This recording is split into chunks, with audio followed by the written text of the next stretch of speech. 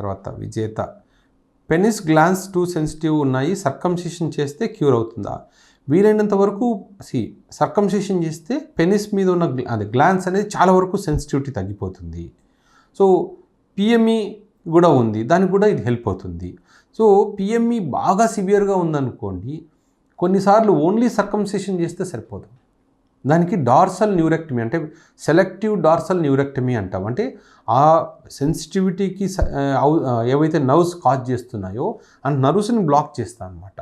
కొన్నిసార్లు దీన్ని switch technique అంటాము, లేదా సెలెక్టివ్ డార్సల్ న్యూరెక్టమీ అంటాం, పెనైల్ డార్సల్ న్యూరెక్టమీ. అది చేస్తే దాంతోపాటు సర్కంసిషన్ చేస్తే ప్రీమెచ్యూర్ ఎజాక్యులేషన్ కూడా క్యూర్ అవుతుంది.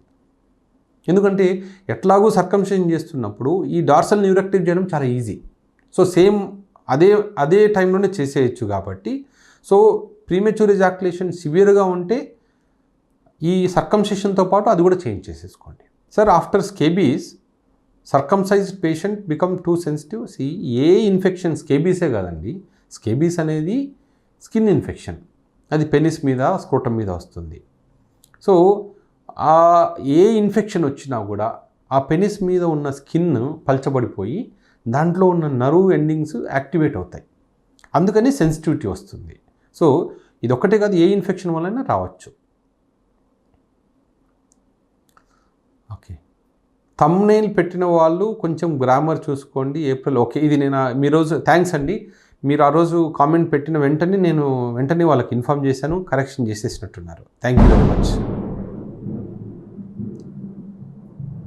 తర్వాత సెక్స్ వలన దేశంలో చాలా అనర్థాలు జరుగుతున్నాయి కాబట్టి అందరిలో కూడా సెక్స్ కోరలు బాగా తగ్గిపోయే విధానాలు, మార్గాలు సమాజానికి తెలియచేయపరచండి madam. Okay, Shilpi Reddy madam video గురించి, అప్పుడు అందరూ హాయిగా చిన్నపిల్లలుగా ఉంటారు. థ్యాంక్స్ అండి, నేను మేడంకి ఇన్ఫామ్ చేస్తాను.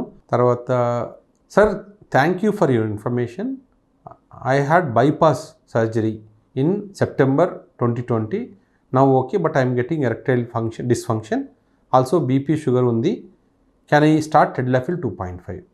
మీరు బైపాస్ అయింది కాబట్టి జనరల్గా 2.5 తీసుకున్న ఏం కాదు, కానీ ఈవెన్ 5 mg తీసుకున్న ఏం కాదు.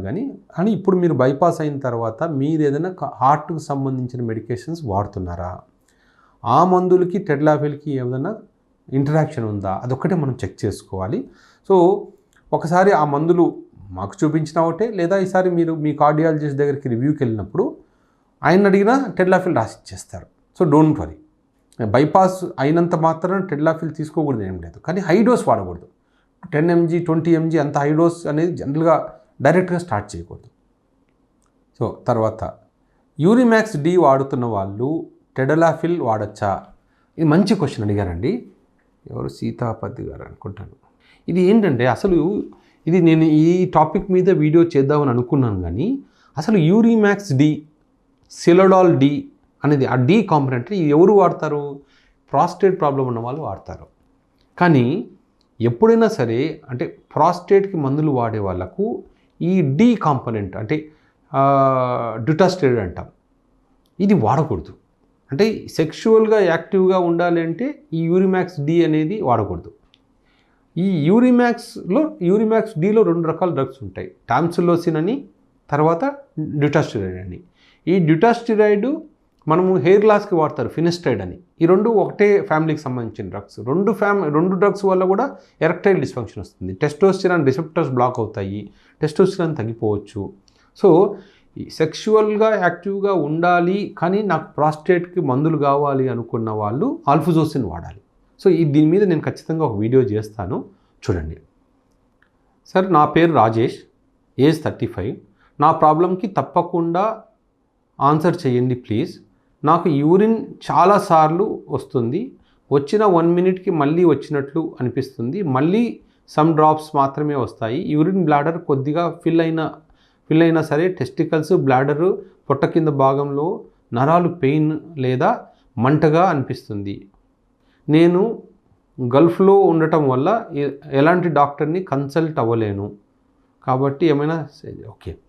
ఇది చూడండి, మీరు యూరిన్ మళ్ళీ వస్తుంది, మీరు అంటే గల్ఫ్లో ఉన్నారు కాబట్టి, దట్టు డెజర్ట్ అంటే ఎడారి ప్రాంతంలో ఉన్నాను అంటున్నారు కాబట్టి, ఒకటి మీకు సింపుల్ సజెషన్ ఏంటంటే మీకు ఇలాంటి ప్రాబ్లమ్స్ రావడానికి రాజేష్ గారు రెండే రీజన్స్ ఉండొచ్చు. ఒకటి యూరిన్ బ్లాడర్లో ఇన్ఫెక్షన్ వచ్చిండొచ్చు, అంటే సిస్టైటిస్ అంటాం. ఆ సిస్టైటిస్ వచ్చినప్పుడు కూడా ఏంటంటే యూరిన్ అలా కొద్ది కొద్దిగా వస్తూ ఉంటుంది. రెండోది ప్రాస్టేట్లో ఇన్ఫెక్షన్ ఉన్నా ఇలా రావచ్చు.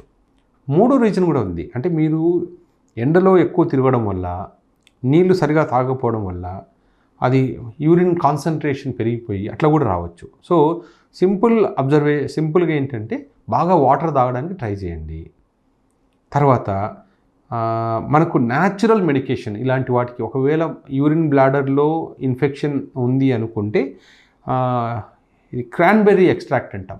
ఈ క్రాన్బెర్రీ జ్యూస్ తాగడం వల్ల కానీ, క్రాన్బెర్రీ జ్యూస్ దొరకచ్చు మీకు, నాకు తెలిసి షాప్లోకి వెళ్ళి అడిగినా కూడా క్రాన్బెర్రీ జ్యూస్ చాలా వరకు దొరుకుతుంది. సో క్రాన్బెర్రీ జ్యూస్ డైలీ తీసుకోండి. దానివల్ల మీకు యూరిన్ ఒకవేళ ఏదైనా ఇన్ఫెక్షన్ ఉన్నా కూడా ఈకోలై లాంటి ఇన్ఫెక్షన్స్ చాలా వరకు తగ్గిపోతాయి. ఒకవేళ లేదనుకోండి, ఈ సిప్రోఫ్లాక్సిన్ కానీ ఓఫ్లాక్సిన్ కానీ ఇటువంటి టాబ్లెట్స్ ఉంటాయి. ఎక్కడైనా సరే అక్కడ మెడికల్ షాప్లో తీసుకొని ఒక 10 రోజుల పాటు వాడండి. సిప్రోఫ్లాక్సిన్ అయితే 500 మిల్లీగ్రామ్స్ 2 సార్లు, పొద్దున ఒకసారి రాత్రి ఒకసారి. ఓఫ్లాక్సిన్ అయితే 200 మిల్లీగ్రామ్స్ ఉంటుంది డోసేజ్, పొద్దున ఒకసారి రాత్రి ఒకసారి, ఒక 10 రోజులు వాడండి. అప్పటికి అంటే జనరల్గా అదైనా సరే తగ్గుతుంది, ఇదైనా తగ్గుతుంది.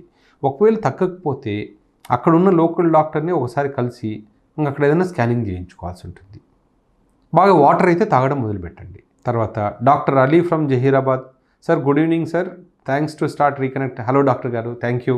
తర్వాత hi sir, semen analysis test చేయించాను, 0 స్పెర్మ్ కౌంట్ వచ్చింది. అలానే టెస్టిస్ కూడా చిన్నగా ఉన్నాయని డాక్టర్ని కలిస్తే ₹1,00,000 అవుతుంది అని చెప్పారు. నాకు పిల్లలు పుడతారా సార్? మీ హాస్పిటల్ ఎక్కడ ఉంటుంది? మా హాస్పిటల్ హైదరాబాద్లో ఉందండి. ఇప్పుడు మీకు ఫస్ట్ థింగ్ మీకు చిన్న టెస్టిస్ ఉంది, అలాగే 0 స్పెర్మ్ కౌంట్ ఉంది అంటే జనరల్గా మనం రెండే చేస్తాం. ఒక హార్మోన్ టెస్ట్ చేస్తాము, ఒక స్కాన్ చేస్తాము. సో ఒకవేళ అవసరమైతే టీసా అనే టెస్ట్ చేయాలి. టీసా అంటే అసలు టెస్టిస్లో స్పెర్మ్ ఉత్పత్తి అవుతుందా లేదా అనేది. దీని జనరల్గా 24,000 దాకా అవుతుంది. 24 అంటే ఆ టీసా టెస్ట్ చేయడానికి 24,000 to 25,000 అవుతుంది. సో ₹1,00,000 అవసరమైనంత టెస్ట్ అయితే ఏం లేదండి. సో ఫస్ట్ అయితే బేసిక్ ఇది చేయించుకోవాలి, దాంట్లోనే మనకు తెలిసిపోతుంది అంటే మనకు పిల్లలు పుట్టే ఛాన్స్ ఉందా లేదా అనేది.